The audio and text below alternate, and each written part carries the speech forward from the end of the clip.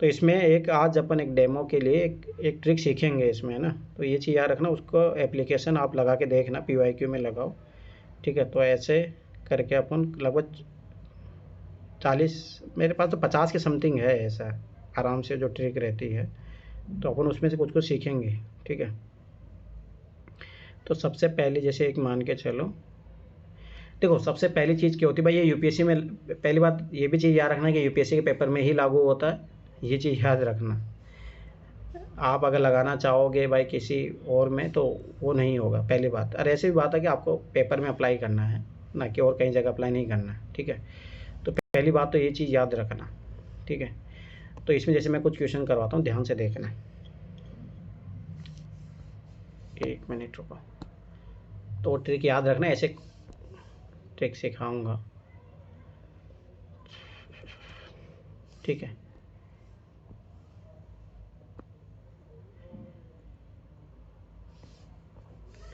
जैसे पहला क्वेश्चन ही है, ध्यान से देखना।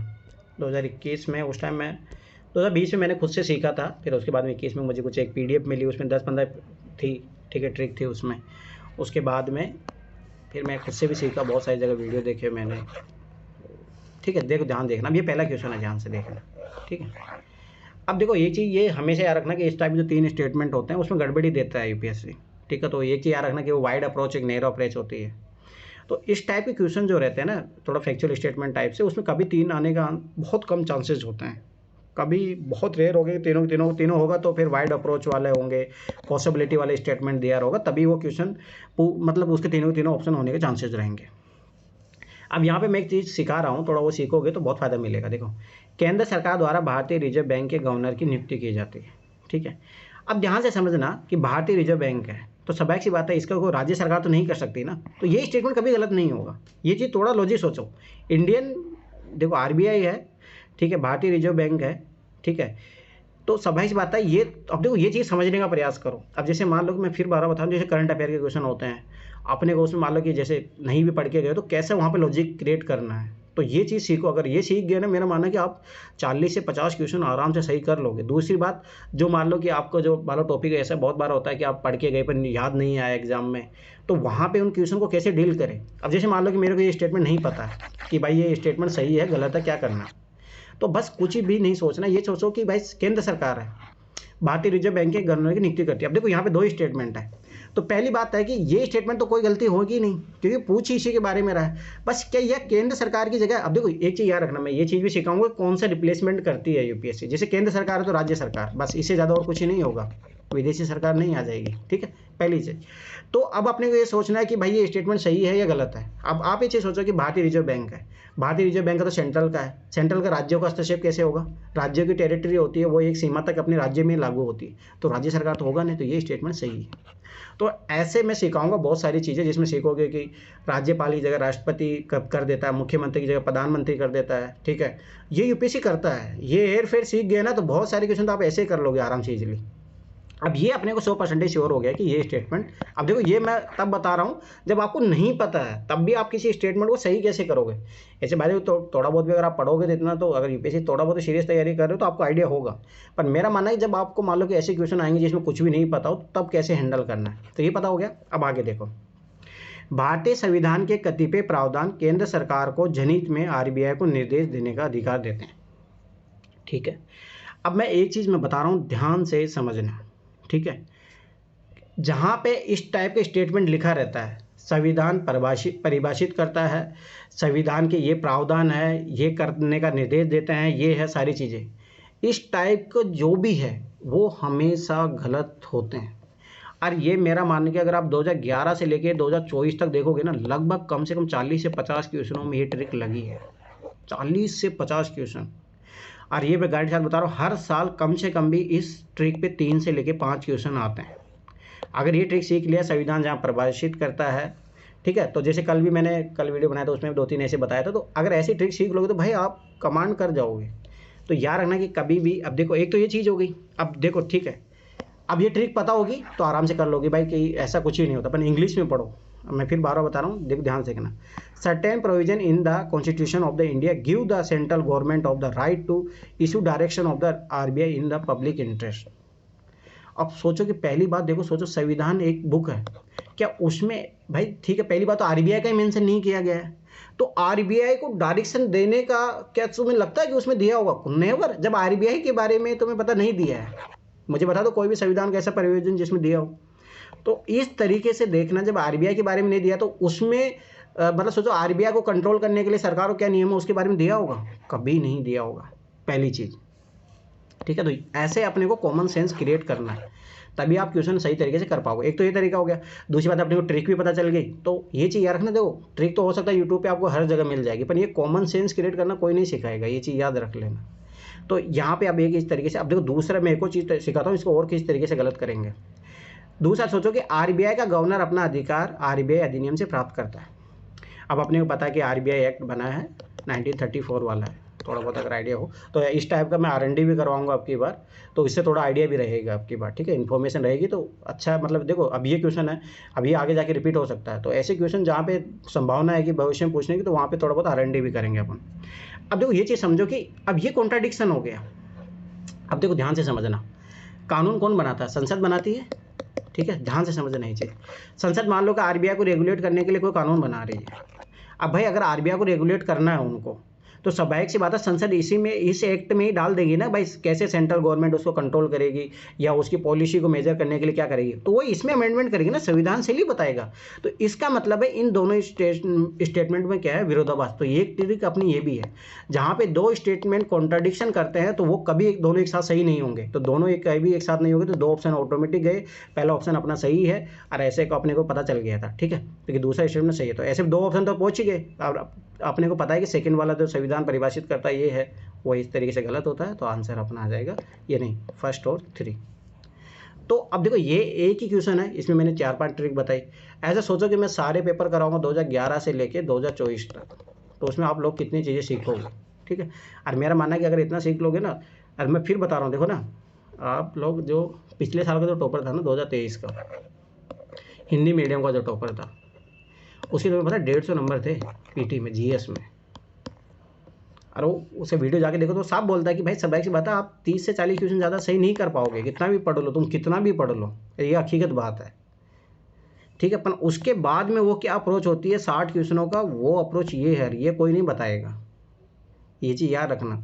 तो ये चीज़ें सीखने को मिलेगी अगर आप ये कोर्स ज्वाइन करते हो। और स्वाभाविक बात है कि पिछले साल जो क्लासेस थी वो सब अब पेड बैचों को ही मिलेगी, अब किसी को और को नहीं मिलेगी। ठीक है, उसके बाद में ये तो रहेगा जीएस के साथ अपन कंप्रेंशन का भी बहुत अच्छे से करेंगे।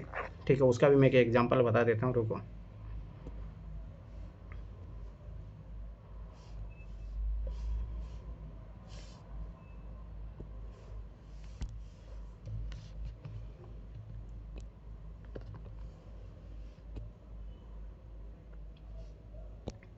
अब देखो सीसेट बहुत डिफिकल्ट होते जा रहा है, और मेरा मानना है कि अगर आप कंपैरिजन को अच्छे से नहीं किए तो भूल ही जाओ पे सीसेट को, सीसेट आप कर ही नहीं पाओगे, ये चीज़ याद रख लेना। ठीक है, तो पहली बात तो ये है कि अपने पास कि भाई सीसेट को क्वालिफाई करना, क्योंकि क्वालिफाई नहीं होगा तो फिर तो भूल ही जाओ, जीएस में तुम कितने भी अच्छे नंबर ले आओ, कितनी मेहनत कर लो। तो अब बात आती है कि भाई सीसेट में लोगों के 67 नंबर भी नहीं आते, मैं खुद इन चीज़ों से उलझाऊँ। तो मेरा मानना है कि अब इन चीज़ों को भाई कैसे किया जाए। बहुत अब जैसे 2023 का जैसा पेपर आ जाता है तो उसमें तो ऐसा होता है कि मैथ तो वो करने लायक ही नहीं होती है। ठीक है, परंतु मेरा मानना है कि अगर आप जो मैं एनसीईआरटी पढ़ाए हूँ अगर वो करते तो आप आराम से कर लो, चाहे कोई से भी ईयर का पेपर रहे। ठीक है, परंतु बात आती है कि नहीं, ठीक है बहुत सारे बच्चों का बहुत कम वीक, बहुत ज़्यादा वीक होता है। ठीक है, तो उस कंडीशन में कैसे अपन इस एग्ज़ाम को क्वालिफाई करें, उनके लिए मेरा मानना है कि बहुत अच्छा है। ठीक है, और जिनको अभी भी सीसेट का डर लग रहा है तो उन चीज़ों के लिए तो बहुत ज़रूरी है कि आप ये चीज़ ज़रूर करें। ठीक है, अब देखो इसमें क्या होता है, देखो 27 के लगभग समथिंग पैसेज आते हैं, तो ये मेरा मानना है कि आप लोग आराम से इसमें 27 में से अगर मेरी क्लासेस देखोगे तो देखो 20 प्लस तो मेरे भी आपकी बात सही हो रहे थे। ठीक है, मेरे जो स्टूडेंट हैं उनके लगभग किसी के 23-24 भी सही हुए हैं, पर मेरा आपकी बात जो टारगेट है कि सबको 25 प्लस सही हो, मतलब ठीक है। तो आपके यार उसके लिए और कुछ नए टेक्निक भी सिखाऊंगा। ठीक है, तो देखो एक तो एक तरीका है कि भाई 25 प्लस सही हो। अब देखो मैं एक चीज़ मैं बताता हूँ, ध्यान समझना।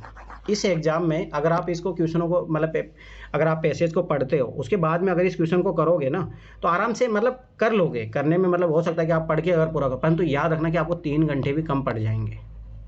तो एक चैलेंज ये है, आप इन क्वेश्चनों को कर तो सकते हो पर जब पढ़ के करोगे तो स्वाभाविक सी बात है 3 घंटे भी कम पड़ जाएंगे।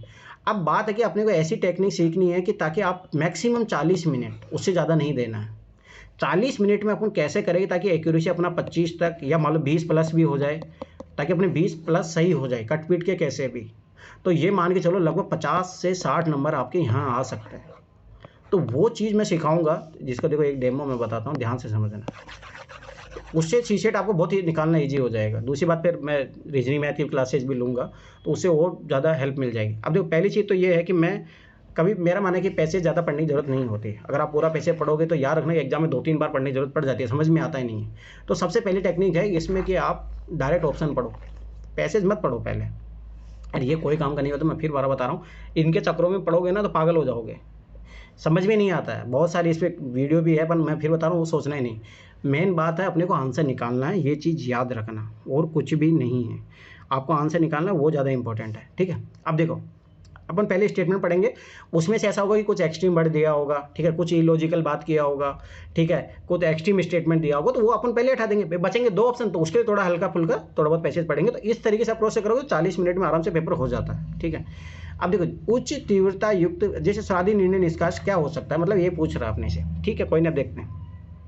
उच्च तीव्रता युक्त प्रकाश की तुलना में निम्न तीव्रता युक्त प्रकाश का पौधों पर अधिक प्रतिकूल प्रभाव पड़ता है। अब देखो ये एक्सट्रीम वर्ड है, ठीक है। तो अपन इसकी डाउट में चले जाएंगे, भाई ये तो सही नहीं होगा, पर अपन देखेंगे भाई इससे खराब भी तो कोई दिया होगा, तो उसको पहले अपन उठाएंगे, ठीक है। तो इसकी प्रोबेबिलिटी तो बहुत कम हो गई है कि अधिक प्रतिकूल प्रभाव पड़ता है, ये बहुत नेगेटिव हो गया। और कोई कंक्लूजन पूछ रहा है तो कंक्लूजन ऐसा नहीं होगा ना, कंक्लूजन का कुछ उद्देश्य होता है, कुछ सिखा रहा होगा, कुछ चेतावनी दे रहा होगा, ऐसा कुछ होगा, ठीक है। अब आगे देखो ये चीज़, देखो ये डी स्टेटमेंट पढ़ो। किसी पारिस्थितिक तंत्र में उपयुक्त तीव्रता का प्रकाश न केवल पौधों के लिए बल्कि प्राणियों के लिए भी महत्वपूर्ण है, ठीक है। अब देखो अब क्या करना है, जब आप इन चारों स्टेटमेंट को पढ़ोगे तो उसी टाइम समझ में आ जाएगी कि मतलब कहीं ना कहीं इसी टाइप की बात हो रही है, ठीक है। अब अपन उसी तरीके की बात करेंगे, ठीक है। तो इसका मतलब यही हो गया। अब देखो अगला पढ़ते हैं, प्रकाश प्रदूषण किसी पारिस्थितिक तंत्र पर स्थायी रूप से प्रतिकूल प्रभाव पड़ सकता है। और अपन जानते हैं जहाँ सकता है पॉसिबिलिटी आंसर होने का बढ़ जाता है। अब अपने पता हो गया आंसर यही होगा। ये तो ऐसे नेगेटिव एक्सट्रीम स्टेटमेंट है, ये कट गया, ठीक है। अब आगे देखते हैं, पौधों के पुष्पन के लिए अन्य रंगों के प्रकाश की तुलना में श्वेत रंग का प्रकाश बेहतर है, ठीक है। ये कोई कंक्लूजन नहीं है कि जनरल स्टेटमेंट है। अब देखो सकता दिया है अपनी सही है। अब देखो इसको और कंफर्म करने के लिए अपन हल्का सा स्टार्टिंग की लाइन और हल्का सा आखिरी लाइन पढ़ेंगे, उससे पता लग जाएगा। शोधकर्ताओं ने मटर के कीड़ों पर और रस चूसने वाले कीड़ों में युक्त कृत्रिम तरण भूखंडों को रात में स्ट्रीट लाइट के अनुरूप आलोकित किया है। अब यहाँ से कुछ पता नहीं लग रहा, यहाँ से निष्कर्ष का हमेशा याद रखना कि आखिरी से पता लगेगा, तो निष्कर्ष पूछो तो आखिरी में जाओ। प्रकाश के प्रभाव के अंतर्गत सीमित मात्रा में खाद्य उपलब्ध होने के कारण कीड़ों की संख्या में उल्लेखनीय कमी है। तो इसका मतलब है प्रकाश का ही है। तो प्रकाश प्रदूषण का किसी पारिस्थितिक तंत्र पर स्थायी रूप से प्रतिकूल प्रभाव पड़ सकता है। देखो डायरेक्ट आंसर, तो इसका आंसर होगा बी। तो इस तरीके से आप प्रैक्टिस करोगे ना साथ में, तो उसका बहुत फायदा पड़ेगा। देखो मेरा मानना है कि मेरे क्लासेज जब आप देखो तो पहले खुद से लगाओ आप। तो आप जैसे मान लो 2011 का पेपर आप लगाओगे या 2023 से लगाओ, जैसे भी लगाए ना, आप उल्टा लगाओ सीधा, आप खुद से लगाओ, खुद से उस मतलब पैसेज को, मतलब पैसेज का मेरा मानना है कि अलग से करो। तो ये अभी जैसे मेरा मानना है कि 1 घंटे में आप बैठ के किया करो, पहले पैसेज खुद से करो, पढ़ के कर रहे हो कैसे भी करो, लगाओ 1 घंटे का टारगेट बनाओ और उसमें करो खुद से क्वेश्चन। फिर उसके बाद में फिर मेरी क्लासेज देखो, तो वहाँ से कुछ सीखने को मिलेगा। तो अगली बार ऐसा होगा, जैसे मान लो कि जैसे मोस्टली ये होता है कि कोई पहली बार अगर बच्चा पैसेज करता है तो उसके ये मान के चलो कि 10 से 15 के बीच में ही सही होता है, इससे ज़्यादा मोस्टली किसी के होते ही नहीं। अब सोचो कि 10-15 सही भी हुए, मान लो 12 गलत हो गए, 4 ऐसे गया, तो लगभग कट के पिट के कितना है 10, कितने नंबर आएंगे 25, उससे कुछ ही नहीं होना। तो अब वो जब आप मेरी क्लासेज देखोगे तो यही नंबर आपके 50 प्लस हो जाएंगे। तो इस चीज़ का फ़ायदा मिलेगा आपको। तो ये चीज़ है इस कोर्स का। दूसरी बात, रीजनिंग मैथ के ऐसे क्वेश्चन होते हैं, जब मैं सारे क्वेश्चन करवाया तो ये देखो जैसे ये क्वेश्चन है ये रिपीट होते हैं हर साल, तो इनके मैं जो है मेरे नोट्स शीट के वो मैं करवाऊंगा।